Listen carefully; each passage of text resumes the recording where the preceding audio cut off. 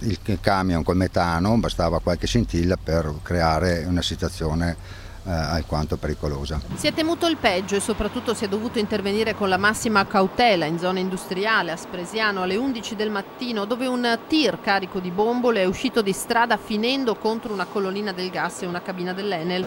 I vigili del fuoco sono immediatamente arrivati sul posto con un massiccio dispiegamento di uomini e mezzi. Questo è un intervento rilevante in quanto con il carico del camion di bombole, vari tipi di bombole, più c'è stata una rottura di una tubazione importante di gas metano nell'incidente che è successo, e quindi per forza di cose abbiamo usato parecchie squadre. È stato intercettato dai vigili del fuoco la tubazione e messo in sicurezza. Spaventato ma illeso il conducente del mezzo pesante. Le cause della sbandata sono ora al vaglio della polizia locale.